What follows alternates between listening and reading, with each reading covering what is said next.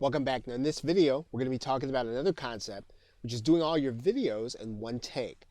And you do have to understand the concept we talked about previously, which is projects. Making sure that you're doing all your videos in one take. It requires that you use the project feature. Anytime that you add or change anything, you don't want to stop the recording and start another one over. You want to save even the mistakes to your project file. It's much more effective to do this and go back and edit out your mistakes.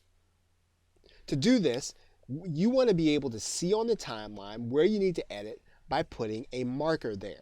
And we've shown you how to do this, but let's go over that again.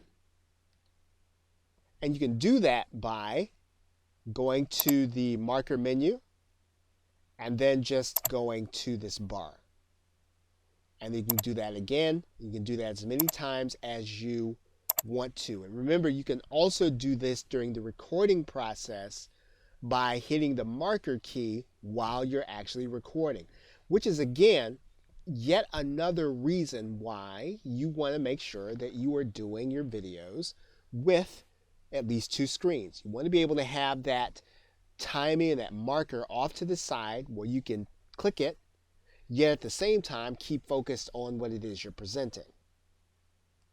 Now, what some marketers, myself included, mark their own edit space by stopping, allowing a little silence to pass, and then clapping 3 times loudly near the mic, like this. What this does is this produces a visual effect on the audio timeline that'll look different than anything that you're doing if you're talking. And that means when you see those 3 claps, when you see that signal, that means then that that's where you need to go and focus your attention in editing. Now again, you can do this while you're actually recording.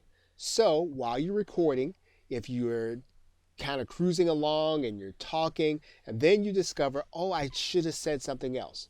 What you want to do is you want to stop, clap 3 times, and then go back to the point where you should have said something different.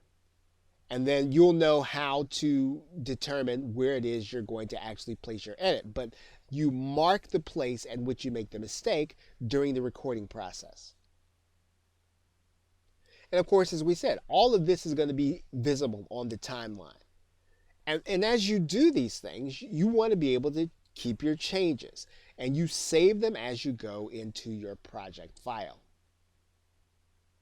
Now, the other thing that you want to do, you want to make sure that you program the pause button as you record the way that you want it. And this is an important thing because you need to be able to pause the recording at the push of a button. If you try to do it by catching your mouse and trying to figure out where you're going to click on the actual recording toolbar, it'll keep you from finding the most accurate point and delay you in how you're going to be able to edit your video.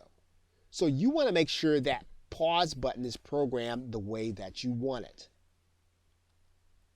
And basically what that means is that when you look at your tools option inside your recording toolbar, you want to make sure that whatever you program this to be, that you know what it is. If it's going to be F9, it's going to be Control F9, that you're able to go to that button and you're able to click it in order to make the recording do what you want it to do. So there will be a default, but you can change that default to be whatever you want it to be. Okay, so with that, thanks, and I will see you in another video.